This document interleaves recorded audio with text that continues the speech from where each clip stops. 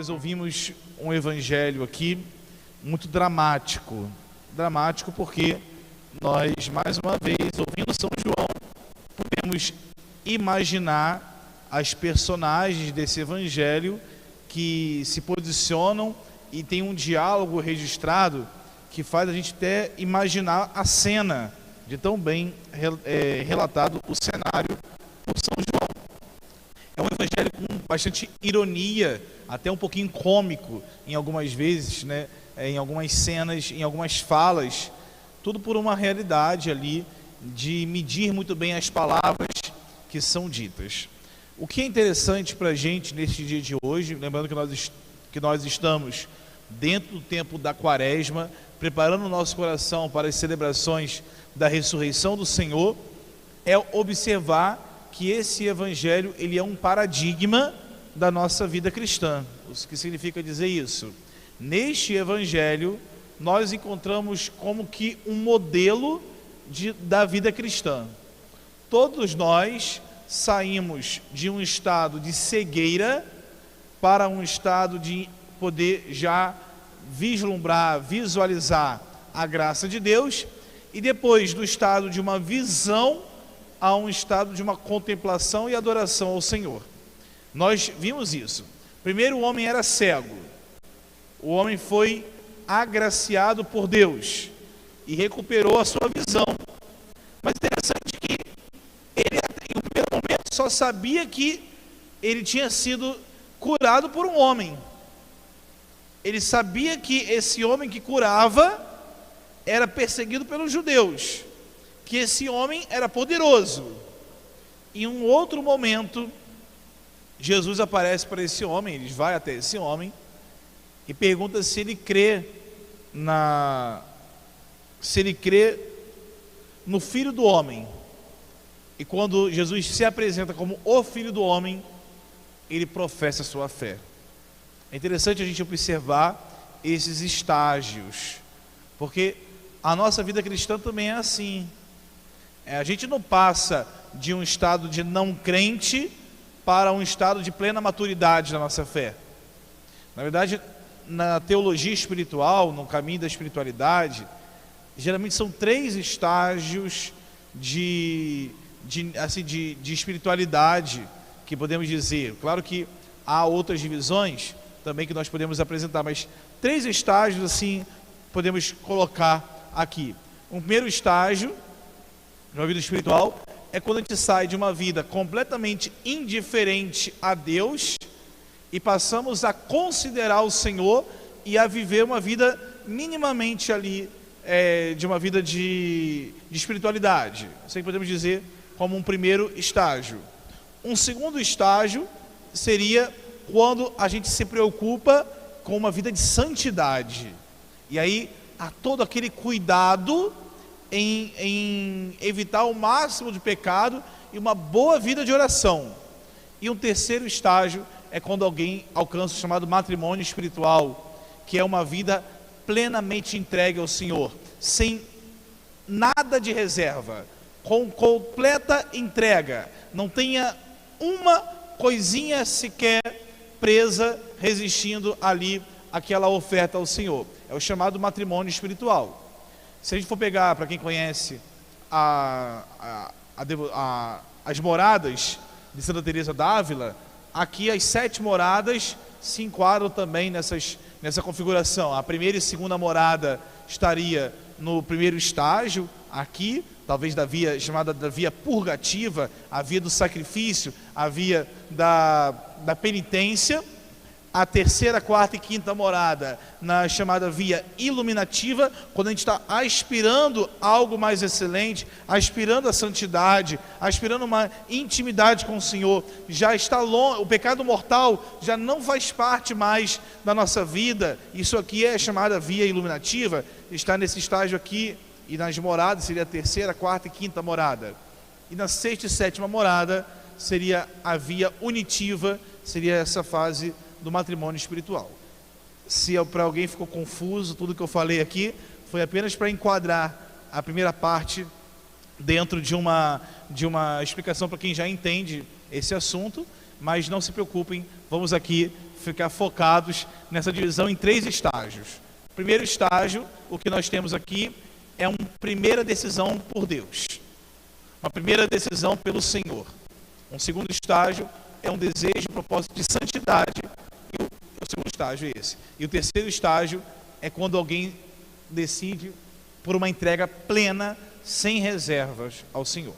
O meu foco fica na primeira e segunda parte.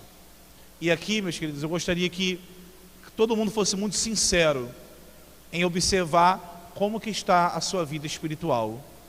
Porque veja só, o primeiro estágio, essa primeira fase, esse caminho chamado via purgativa, é um estágio em que viver a vida cristã é exigente demais. Ou seja, se enquadra aqui aquelas pessoas que têm muita dificuldade de permanecer no estado de graça, permanecer no estado de comunhão. Estado de graça, para a gente entender o que significa isso, é quando a gente está apto para comungar, quando a gente está apto para receber a Sagrada Eucaristia. Isso é estado de graça. Então, quando a gente não comete um pecado, quando a gente vive ali lutando para não cair em um pecado mortal.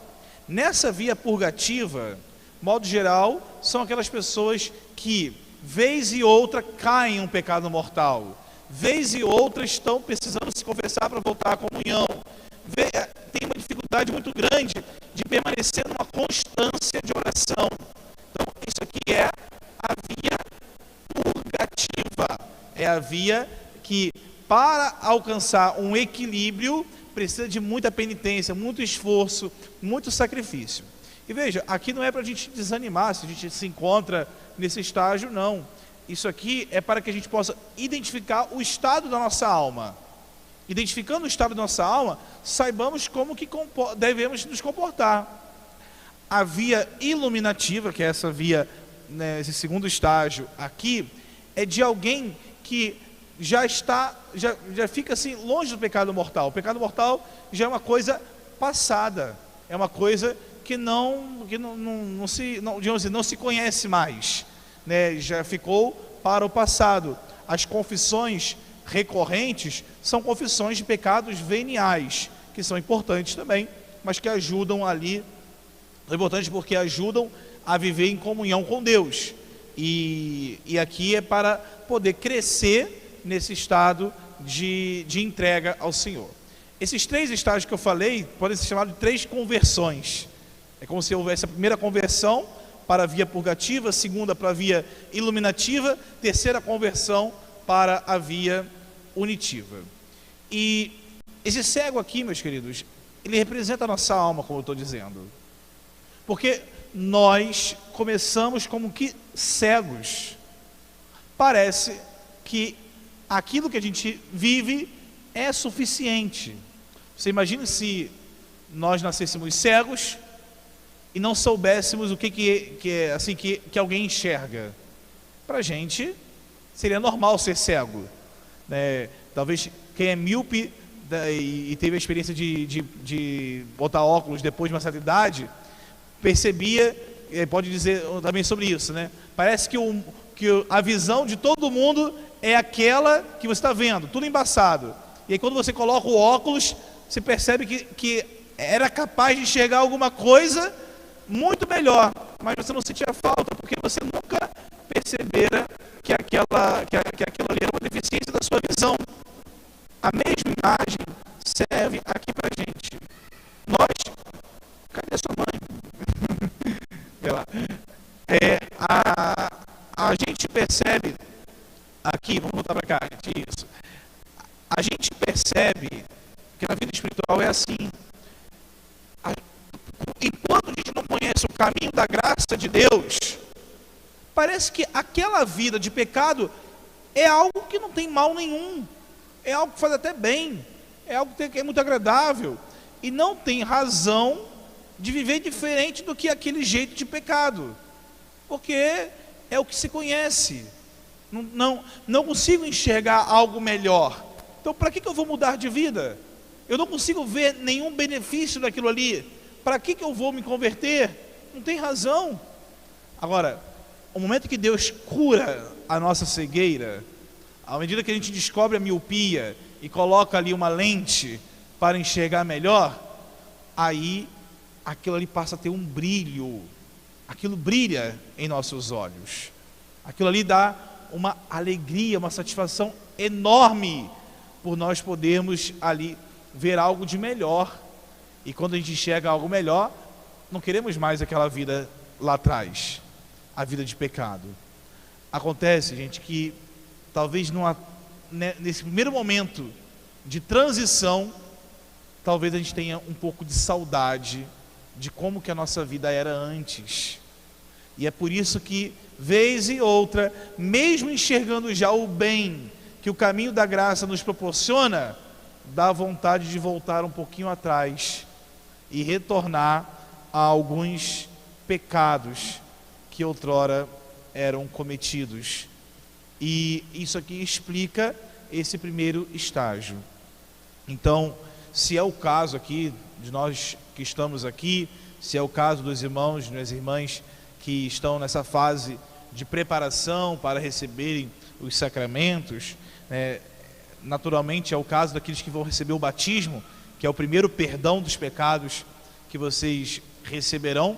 Observem como que é necessário não só enxergar a partir dessa cura espiritual que Deus nos causa, como também é necessário um estado de mortificação para renunciar aos pecados antigos, para renunciar os apegos, os afetos desordenados, as desorientações, para realmente romper com o pecado passado e abraçar um novo caminho da graça de Deus.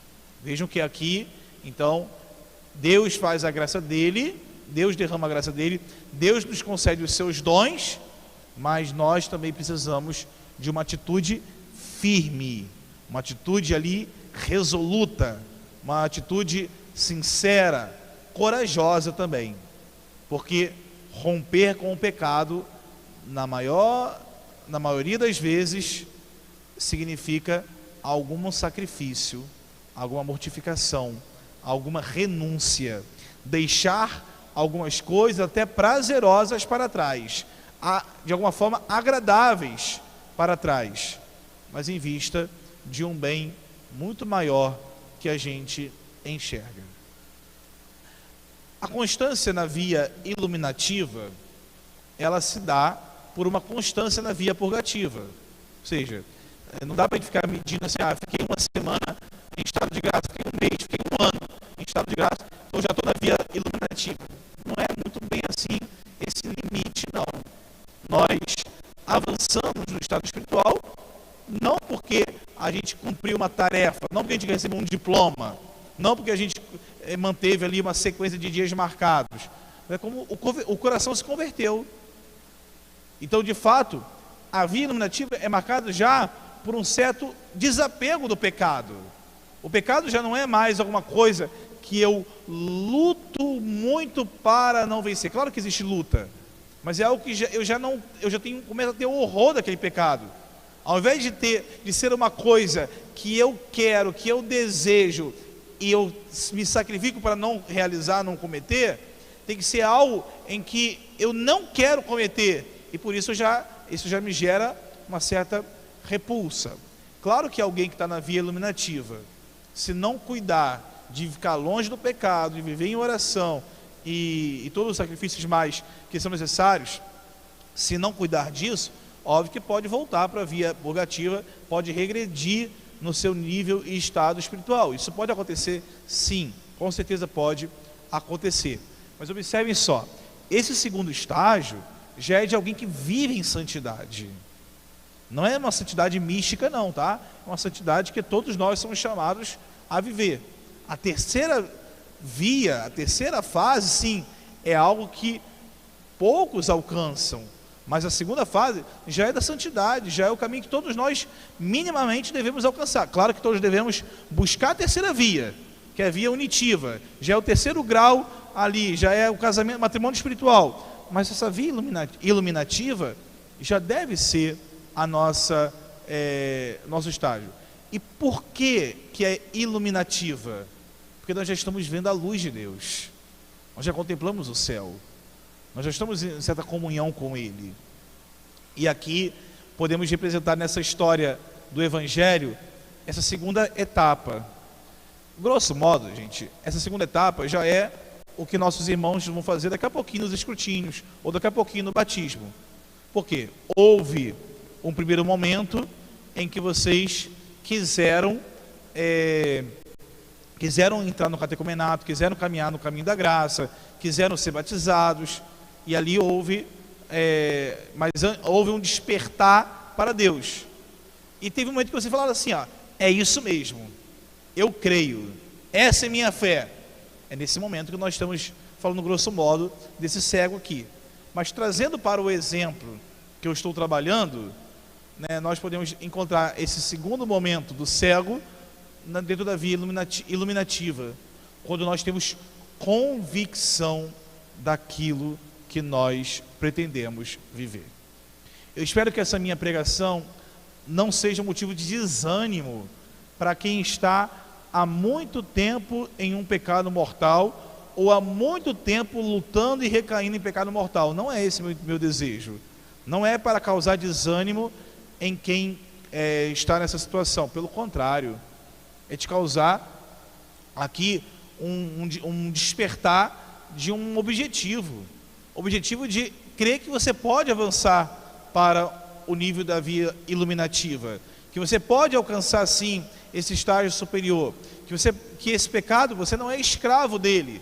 Você pode até sofrer durante muito tempo a tentação do pecado, mas cometer o pecado, não. É possível, você pode alcançar. Creia na graça de Deus, lute por isso, aplique muitos esforços para alcançar essa meta, porque nosso Senhor é o primeiro interessado na nossa cura espiritual, assim como que realizou com esse homem aqui, que foi cego, que voltou a enxergar, e ao ver o Senhor, creu nele, acreditou nele, e assim pôde viver uma vida na graça do Senhor. Nós vamos agora estar nesse estado, nesse momento agora de silêncio breve, e meu pedido, sugestão, conselho, orientação, que cada um possa pensar brevemente sobre o seu estado espiritual, o seu estado agora atual. Se você nem na via purgativa está, porque você há muito tempo não se confessa, quem sabe não é agora o momento de criar um propósito sincero com Deus para romper com o pecado, se confessar, voltar ao caminho da graça. Se você percebe que habitualmente comete o pecado, estava desanimado e não acreditando ser capaz de vencer, acredite, é possível. Crie agora uma renovação de propósito em seu coração.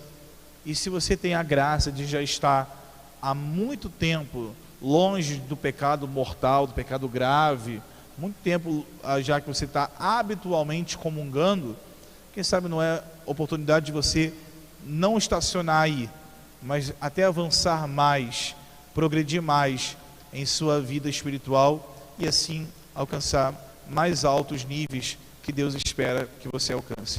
Que cada um possa aproveitar esse momento oportuno agora para refletir sobre a sua vida espiritual.